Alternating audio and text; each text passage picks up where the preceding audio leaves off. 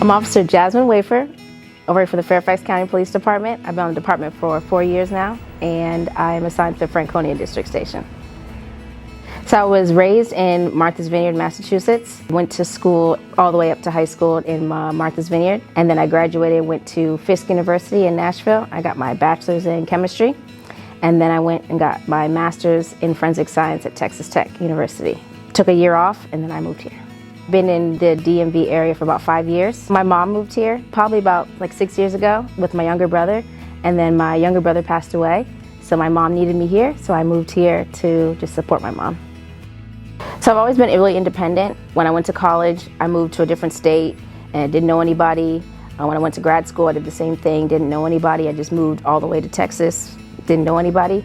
So my family's always been supportive throughout my whole career, and they know that I want to be here and I want to make a difference and do things that make me happy. So they're supportive of me being here. I have a master's in forensic science. I've always wanted to do forensic science even when I was in high school. When I moved to the DMV area, I just wanted to get into forensic science. So I just applied to different police departments, and this department has a lot of opportunities to go into forensics or different types of specialties you want to get into. So I was like, this is a good department to pick. I've always been an analytical person, figure out what happened. So my goals and aspirations are to go to the crime scene section of the department. When I look at the definition of being a police officer, you're like, oh, all they do is write tickets. But you don't really realize there's way more of an aspect to policing than just writing tickets. But once I joined the police department, you go to different calls. You could have a crazy day, you could have a mild day, you could be going to different events that you just don't know what your day is going to be like.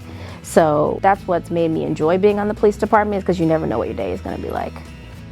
Mental illness is a big part of my life. Any call that I go to that has to do with people with mental illness, it have a special place in my heart. My brother suffered from schizophrenia. A lot of families are they don't understand the mental health side of it. They don't understand that this is not the person that you love and the person that you care for, it's the illness. It's like having cancer or diabetes. Just trying to adapt with people and talk to them, and knowing that I went through it, you can talk to them and just try to make them feel they're not alone.